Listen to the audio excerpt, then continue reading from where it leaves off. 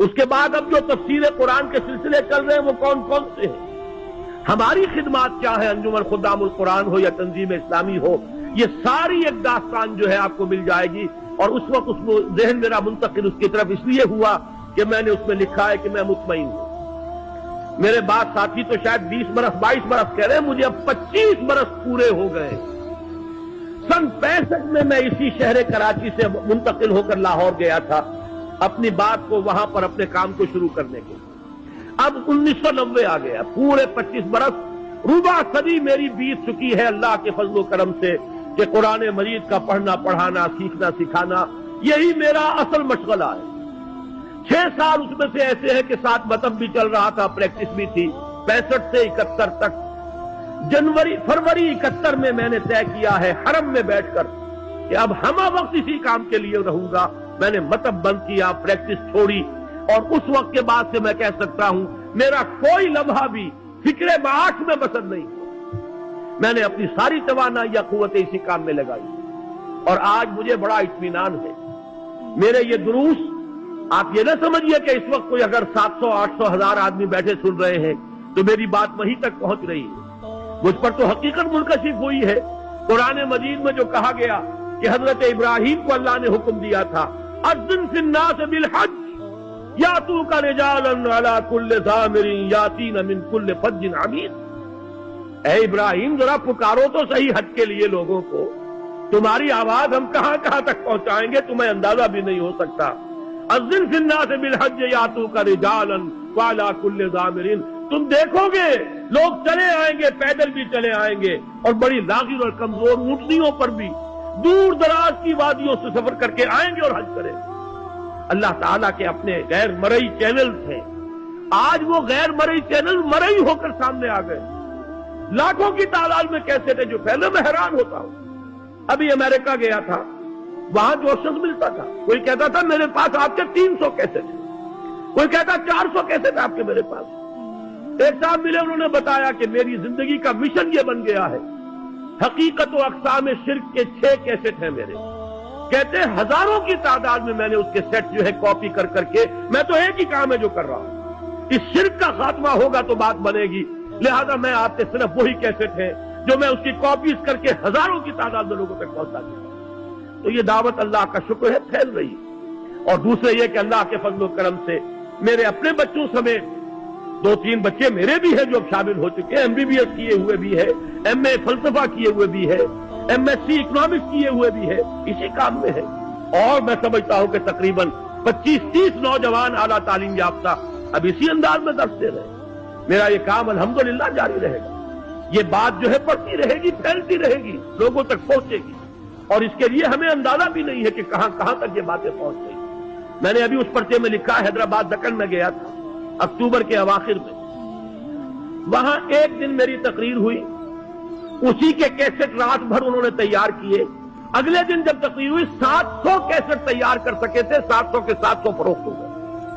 اور یہ کیسٹ وہ شے جو 3 منٹ میں کاپی ہو جاتا ہے. نہ معلوم اس سے آگے کتنی جگہ پر بات پہنچ رہی ہوگی. اور رات بھی ہمارے ایک ساتھی نے بتایا وہاں سیرت النبی کے جلسے میں جو میں نے تقریر کی تھی، وہ تقریر تو تھی تقریباً 1.5 گھنٹے کی، لیکن 15 منٹ کی وہ تقریر، وہ 1.5 لاکھ 2.25 لاکھ کا مجمع تھا. اس میں 15 منٹ کی تقریر دوردرشن جو ان کا ٹیلی ویژن ہے پورے انڈیا میں پورے نیٹ ورک پر 15 منٹ کی تقریر میری جو ہے وہ سنائی گئی ہے بھارت سے. تو یہ بات تو انشاءاللہ پھیلتی رہے گی. میں بوڑھا ہو گیا ہوں، میری علالت کا بھی ذکر کیا گیا، میں علیل رہتا ہوں اب. اور 2 ہفتے سے شدید درد ہے میرے شانے میں اور پورے ہاتھ میں، اور بڑی سخت دوائیں کھا کر اس وقت تو میں یہ سوچ رہا تھا کہ پتہ نہیں گفتگو کر سکوں گا کہ نہیں کر سکوں گا. بہرحال جیسے بھی ہے، جب تک جان میں جان ہے اور جب تک بھی یہ اعضاء و جوارح ساتھ دے رہے ہیں، یہی کام کرنا ہے، اللہ کے اس پیغام کو پہنچانا ہے. تو میں عرض کر رہا تھا کہ یہ 2 صفحوں میں بہت قیمتی مواد ہے. اگر قدر و قیمت کا احساس آپ کو ہو، بہت قیمتی تحفہ ہے جو صرف ان 2 ورقوں میں آپ کے پاس آ رہا ہے. اگر اس کی قدر کو پہچانے، اسے عام کریں. تو 2 اصطلاحات پہچان لیجئے. پورے انقلاب کا فلسفہ اسی میں ہے. جب تک طاقت نہیں ہے، جب تک تعداد کافی نہیں ہے، منظم تربیت یافتہ لوگوں کی تعداد ابھی اتنی نہیں ہے کہ آپ چیلنج تھرو کر سکیں، نہیں انل منکر باللسان کرتے رہیں گے. غلط کو غلط کہیں گے، حرام کو حرام کہیں گے. کوئی جمعہ پڑھنا چھوڑتا ہے چھوڑ جائے، 10 مرتبہ چھوڑ جائے. ہمیں محمد رسول اللہ کا قول پہنچانا ہے. کیا الربا 70 جزءا، سود کے گناہ کے 70 حصے ہیں. ایسرھا، اس میں سب سے ہلکا اس کے برابر ہے ان ينكح الرجل امه، کہ کوئی شخص اپنی ماں کے ساتھ زنا کرے. کسی کو نہیں سننا نہ سنے، جمعہ چھوڑ کر چلا جائے. مجھے تعداد کی کوئی فکر نہیں ہوتی، لیکن بات کہنی ہے صحیح. کون راضی ہے کون ناراض، اللہ کا شکر ادا کرتے ہوئے کہہ رہا ہوں. آج تک یہ سوال میرے سامنے کبھی نہیں آیا. میں نے ہر بات کے کہنے سے پہلے یہ ضرور سوچا ہے کہ آیا میرا اللہ اس پر راضی ہوگا یا ناراض، یا یہ سوچا ہے میرا ضمیر مجھے اس کی اجازت دیتا ہے یا نہیں. اس کے سوا تیسری بات کبھی سامنے نہیں آئی. کوئی راضی ہوتا ہو اور ناراض ہوتا ہو، اس کی کوئی پرواہ نہیں. میں نے وہ بات ہر دور میں کہی ہے اور وہی کہہ رہا ہوں. لیکن یہ ہے کہ کوئی انقلابی جدوجہد عثمانی میں کوئی عوامی تحریک برپا کر دوں، اس کا حاصل نہیں. اس لیے کہ ابھی وہ جمعیت بنی نہیں.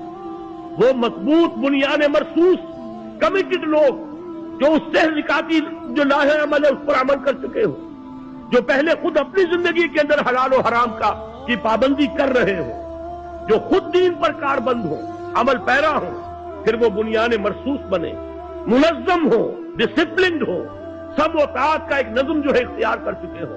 پھر ہم چیلنج کریں گے، پھر نہیں انل منکر بالید ہوگا، پھر طاقت سے کہیں گے کہ اب یہ ہم نہیں ہونے دیں گے. حدود اللہ کے محافظ بن کر کھڑے ہو جائیں گے. پہلے ہماری جان جائے گی، اس کے بعد اللہ کی حد جو ہے وہ پامال ہو سکے گی، ورنہ وہ ہمارے جیتے جی نہیں ہو سکے گا. ایبدل الدین وانا حی، کیا دین میں تبدیلی کر دی جائے گی اور میں زندہ ہوں؟ اللہ تعالی ہمیں اس مقام تک پہنچائے، لیکن اس کے لیے طاقت جو محمد الرسول اللہ نے پہلے فراہم کی دعوت اور تبلیغ کے ذریعے سے. جب طاقت فراہم ہو گئی تب آپ نے جہاد کیا. آپ کو معلوم ہے 13 برس تک اسی مکے میں محمد رہے صلی اللہ علیہ وسلم، اسی بیت اللہ کا طواف کرتے رہے جس میں بت رکھے ہوئے تھے، اسی حرم میں کھڑے ہو کر نماز پڑھتے رہے جس میں دائیں بائیں بت تھے. آپ نے کسی بت کو توڑا نہیں. طاقت فراہم کی، دعوت، تربیت، تنظیم، اللہ کے شیدائی، اللہ کے فدائی، وہ لوگ ان اللہ اشتری من المؤمنین انفسهم واموالهم بان لهم الجنہ، جو اس کے اوپر کاربند ہو گئے. پھر جہاد ہوا. جب فاتح کی حیثیت سے مکے میں داخل ہوئے، پہلا کام یہ کیا جاء الحق وزهق الباطل ان الباطل کان زہوقا. یہ الفاظ آپ فرما رہے تھے اور ایک ایک بت کو توڑا جا رہا. یہ ہے نبوی طریق انقلاب. میں نے 2 جملوں میں بات کر دی ہے، اگر 400 صفحے میں پڑھنی ہے تو وہ منہج انقلاب نبوی والی کتاب ہے. اور اس میں آخری شے یہی ہے، آخری قدم اٹھایا جائے گا کب؟ جب طاقت ہوگی اتنی کہ ہم یہ محسوس کریں کہ اب ہم براہ راست تصادم مول لے سکتے ہیں. اتنی جمعیت ہے منظم لوگوں کی، ڈسپلن ڈیڈیکیٹڈ لوگوں کی، تب کریں گے. گویا کہ 2 اصطلاحات کے حوالے سے بات سمجھ میں آتی ہے. نہیں عن المنکر باللسان، دعوت، تبلیغ، قلم، کیسٹ، ویڈیو کیسٹ، رسالے، کتابیں، اخبارات، جو بھی آپ کر سکتے ہیں. زبان کا استعمال، قلم کا استعمال، میڈیا کا استعمال، اس کے ذریعے سے نہیں عن المنکر باللسان. لیکن ایک تنظیم تیار کیجئے، قوت فراہم کیجئے. اعدوا لهم ما استطعتم، جب طاقت ہو تو پھر کہیے گا کہ اب نہیں ہونے دیں گے. یہ ہوگا نہیں عن المنکر بالید، طاقت کے ساتھ.